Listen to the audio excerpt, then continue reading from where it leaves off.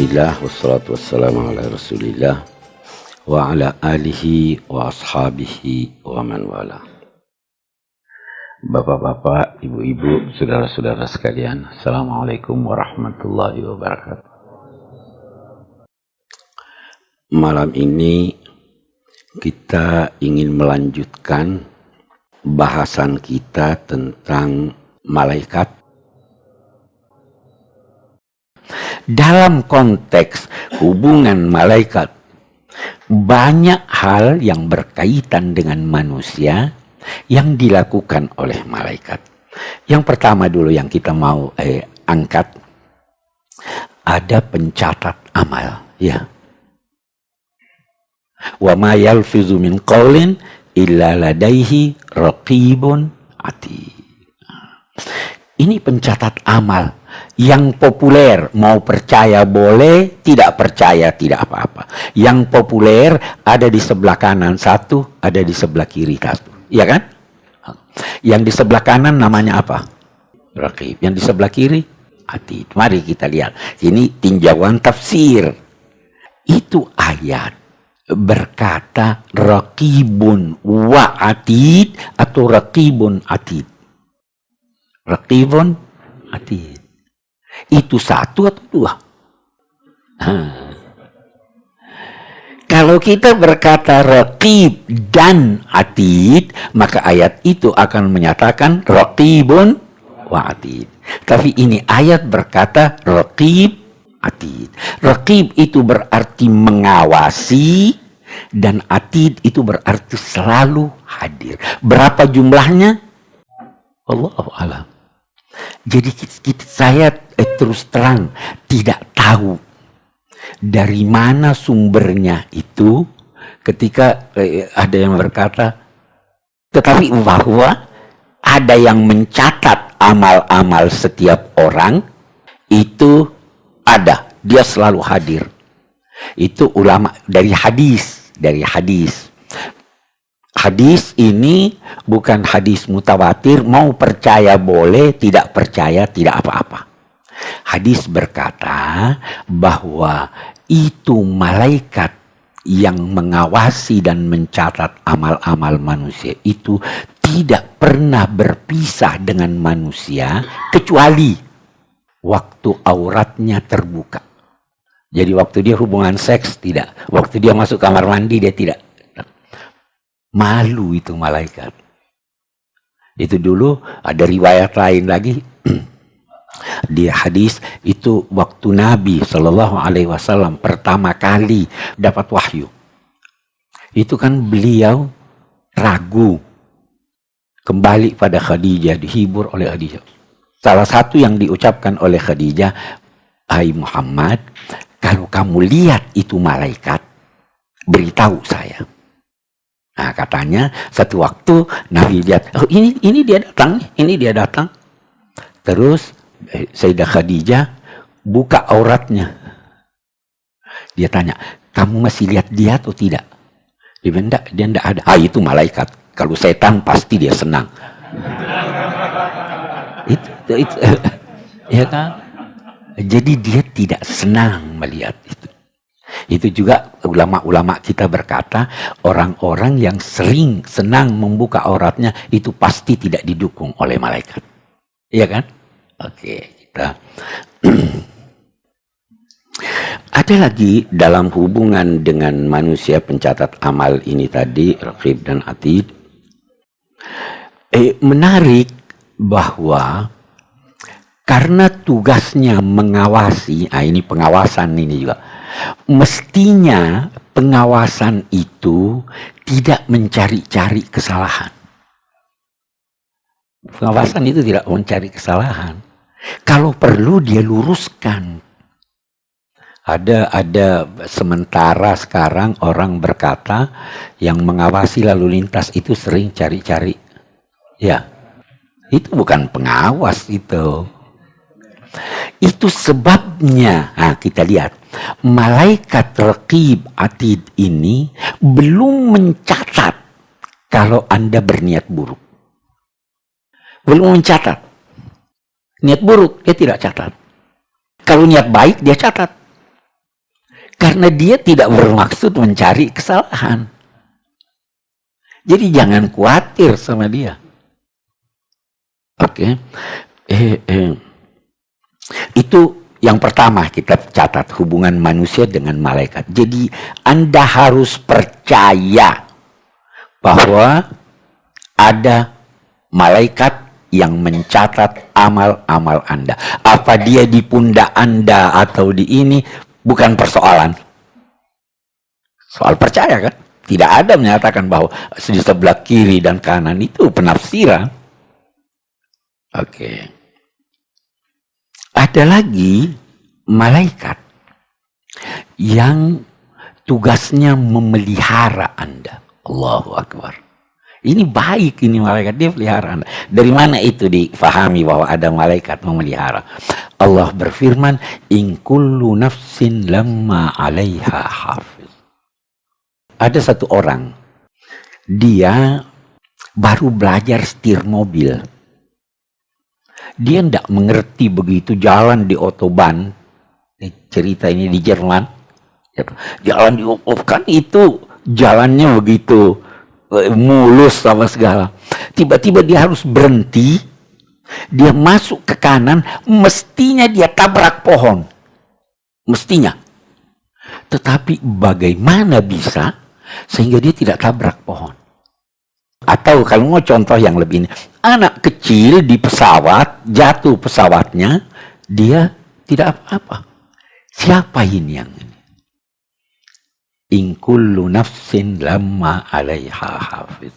Allah punya rencana menyangkut setiap orang. Kalau rencana Allah itu bisa dibelokkan oleh apa dan siapapun, maka Allah yang menugaskan malaikat ini melari, jangan ke sana, lewat sini, jangan ke sana, lewat sini. Kalau Nabi Shallallahu Alaihi Wasallam itu yang memelihara beliau bukan hanya dalam keamanan hidupnya, tetapi juga dalam langkah-langkahnya. Itu sebabnya waktu kecil Nabi kepingin sebagai manusia, saya ingin lihat itu keramaian. Pergilah, dia beritahu temannya itu di hadisnya sahih. Kamu jaga dulu kambing ini ya, karena Nabi memelihara kambing waktu kecil, mengembala, jaga dulu ya, ada keramaian di kota, saya mau pergi lihat. Oke deh, pergilah. Begitu sampai di tempat keramaian, tertidur Nabi. Bangun pagi-pagi sudah matahari. Itu Hafiz, memelihara. Itu kalau Nabi, kita tidak sampai ke sana. Kita dipelihara, itu in kullu nafsin lamma 'alaiha hafiz. Itu malaikat yang disuruh sujud dulu. Kamu harus kenal ini manusia nih. Ada malaikat yang mengukuhkan hati manusia. Saya beri contoh. Ini kita semua pernah alami ini. Saya yakin sebagai manusia ada sesuatu di hadapan kita. Ini barang bukan milik saya. Di dalam hati saya sebagai manusia ada keinginan untuk mengambilnya. Ada juga larangan jangan ambil. Iya. Kalau ada yang berbisik pada Anda jangan ambil, maka itu malaikat yang memelihara Anda. Kalau ada yang berbisik berkata ambil, itu setan yang bersama Anda. Terkadang kita ingin melakukan sesuatu lantas takut, ya toh? Tiba-tiba ada di dalam hati dorongan jangan takut, kan Tuhan bersama kamu. Itu melalui malaikat Allah mengukuhkan hati. Itu ada ayat itu tadi, sabitillahul ladzina amanu bil qauli tsabiti fil hayati dunya wa fil akhirah. Ya begitu ayatnya ya. Oke. Allah mengukuhkan hati orang-orang yang beriman dalam kehidupan dunianya dan menjelang kehidupan akhiratnya. Itu katanya begini, itu orang kalau mau mati, seringkali setan datang kepada orang yang mau mati. Tidak usah sebut syahadah. Boleh jadi setan datang menampakkan dirinya dengan sosok orang tuanya. Ini yang paling mengkhawatirkan nih. Udah, ndak usah baca syahadat, ndak usah baca ini. Orang yang terbiasa dalam kebaikan, datang malaikat mengukuhkan dia. Itu. Yuthabbitillahu alladhina amanu bil qawli tsabit fil hayatid dunya wa fil akhirah. Orang yang biasa innal ladzina qalu rabbunallah tsumma istaqamu tatanazzalu alaihimul malaika alla takhafu wa la tahzanu wa abshiru bil jannah. Itu kerja malaikat dengan kita. Dia mengukuhkan kita. Bahkan di Quran dinyatakan bahwa waktu perang Badar turun malaikat-malaikat. Ada ulama berkata bahwa itu turun untuk mengukuhkan hati orang yang beriman. 313 lawan 1000. Jadi malaikat ini mengukuhkan. Bahkan ada yang berkata malaikat ikut berperang. Jadi itu kerja malaikat. Saya mau berhenti dulu sedikit di sini sebelum lanjut. Kira-kira ada untungnya Anda percaya malaikat atau tidak? Anda percaya ada yang membantu Anda. Ini yang agama inginkan. Percaya ada malaikat. Ada yang catat saya. Saya tidak mau kerja buruk nih. Saya sendirian. Ada malaikat. Itu untungnya. Jadi seandainya, kita berandai, seandainya nanti ternyata tidak ada malaikat, Anda sudah untung. Ya kan? Kalau ternyata tidak ada malaikat, Anda sudah untung. Oke. Apalagi, malaikat juga beristighfar, mohonkan ampun. Itu kan, innallaha wa malaikatahu yusalluna 'alan nabi. Allah dan malaikatnya bersalawat kepada Nabi. Salawatnya Allah adalah rahmat, salawatnya malaikat adalah istighfar. Malaikat itu beristighfar buat Anda. Wastaghfiruna lilladzina amanu. Bahkan di majlis-majlis ilmu, ini hadis, mau percaya terserah, tidak percaya tidak apa-apa. Malaikat hadir. Itu yang memberikan kepada Anda ketenangan untuk memahami uraian. Bahkan itu di dalam hadis dikatakan, tada'u ajnihataha, dia menghamparkan sayapnya untuk Anda duduki. Dia yang setiap majlis zikir, kalau saya berkata zikir bukan sekedar kita ini majlis zikir sekarang, ya toh. Dia yang ketika naik melapor, Allah bertanya, ini imajinasi, Allah bertanya, kamu dari mana? Dia bilang, saya hadir di satu majlis ya Allah. Apa yang mereka lakukan? Mereka lakukan kebajikan, mereka istighfar, mereka belajar, mereka ini. Oh begitu, ampuni semua yang ada hadir. Terus malaikat ini berkata, ya Allah, ada satu orang hadir bukan maksudnya mau dengar. Tidak bermaksud mau dengar. Mungkin ada bisnis dia mau ngobrol, ya kan? Mungkin saja kita kan di sini ada yang begitu, ya kan? Tidak mustahil. Maka Allah berfirman, ampuni juga dia. Bagaimana ya Allah? Dzalika qaumun la yashqa jalisuhum.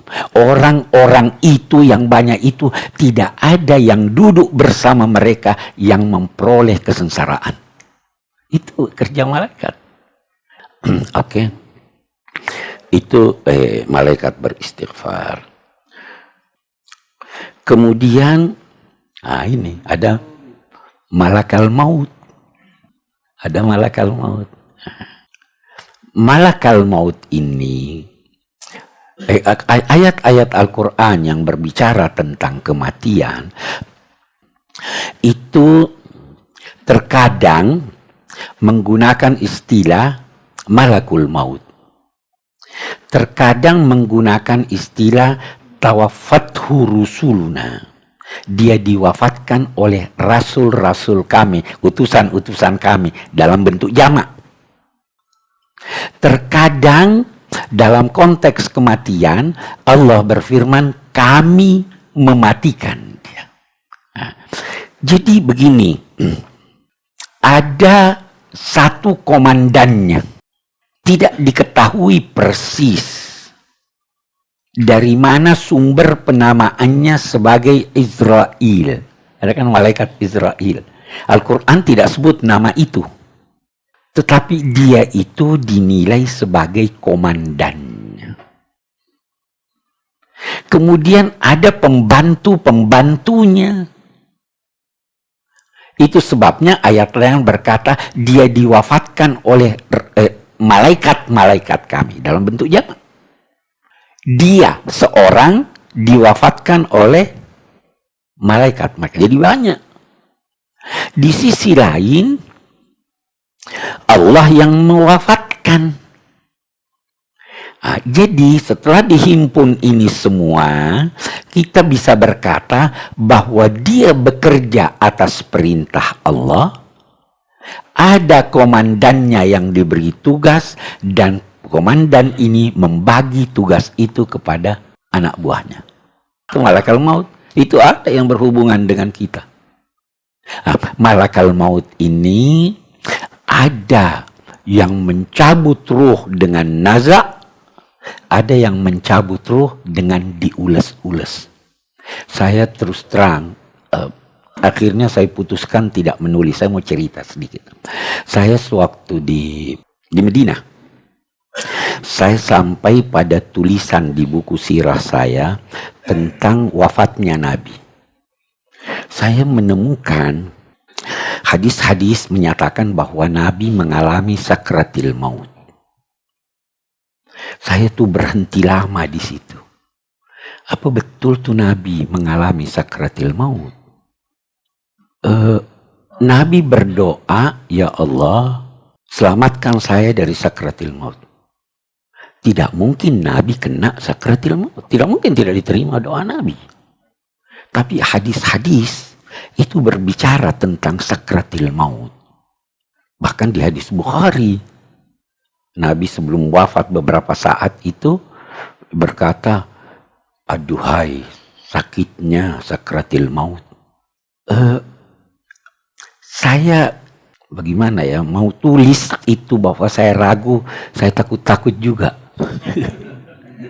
Tetapi terlalu banyak ayat Al-Quran yang berbicara tentang saat-saat kematian. Malaikat ada dikatakan wan nazi'ati naz'a, ada wan nasyitati nasyita, ada yang diules-ules. Sekian banyak ayat yang menggambarkan kematian sakratil maut itu untuk orang yang durhaka. Waja'at sakratil mauti bil haq dzalika ma kunta minhu tahid. Datang sakratil maut dengan benar, itulah yang dulu kamu tidak percaya. Nabi kan percaya ada sakratil maut. Jadi sebenarnya itu lebih banyak ditujukan kepada orang-orang. Kalau Nabi tatanazzalu, kita aja bisa tatanazzalu alaihimul malaikatu alla takhafu. Apa ada sakratil maut? Itu saya merenung lama. Akhirnya saya katakan, saya nggak usah tulis, saya simpan aja di dalam hati. Tapi saya tidak bisa menduga bahwa Nabi sakit, bahwa Nabi demam luar biasa sebelum wafatnya. Itu jangan jadikan itu sebagai sakratil maut. Karena sakratil maut itu sesuatu yang kita tidak bisa bayangkan. Kita lihatlah sakratil mautnya orang-orang kafir. Apa itu? Tunggu. Walau tara iz yatawaffal ladina kafarul malaikatu yadribuna wujuhahum wa adbarahum. Kalau kamu lihat ketika malaikat mencabut nyawa orang-orang kafir, mereka itu menampar wajahnya dan menendang belakangnya. Kita tidak lihat. Ada orang-orang kafir yang kita lihat tenang kematiannya. Apa dia tidak mengalami sakratil maut? Kalau ada orang kita lihat tenang dalam kematiannya, belum tentu dia tidak mengalami sakratil maut. Sebaliknya, kalau ada orang yang kita lihat menderita penyakit yang begitu keras, katakanlah kanker sampai teriak-teriak, itu belum tentu dia waktu dicabut rohnya. Tetapi betapapun harus percaya bahwa ada malaikat pencabut roh, dan harus percaya bahwa ada yang dinamai sakratil maut, paling tidak untuk orang-orang yang tidak taat kepada Allah. Ada beberapa yang disebut di dalam Al-Quran tentang nama-nama malaikat itu. Disebut tentang Jibril, itu pembawa wahyu Al-Quran. Sebenarnya masih ada malaikat-malaikat lain yang juga membawa wahyu, tapi bukan Al-Quran. Yang Al-Quran itu hanya Jibril. Mikail pernah bawa wahyu, Israfil pernah bawa wahyu, dan lain-lain sebagainya. Kemudian ada yang disebut dalam Al-Quran Malik, itu penjaga neraka, itu jelas di dalam. Tetapi kita tidak menemukan nama penjaga sorga. Itu kita temukan dalam riwayat-riwayat, katanya namanya Ridwan, tapi tidak ada di dalam Al-Quran. Jadi Jibril, Mikail, itu Malik, itu yang disebut dalam Al-Quran. Selain itu Israel, Israfil, peniup ini, itu semua yang harus dipercaya wujudnya. Saya kira itu ya yang berkaitan dengan kepercayaan pada malaikat. Dia wujud, dia mendukung Anda. Semakin baik Anda, semakin datang dia mendukung. Semakin baik Anda, itu kan ada dikatakan bahwa itu di Lailatul Qadar itu, ya. Tanazzalul malaikatu warruhu fiha, selalu datang mendukung untuk berbuat kebaikan. Dan semakin dekat Anda pada malaikat, semakin jauh setan dari Anda. Semakin dekat Anda pada setan, semakin jauh malaikat dari Anda.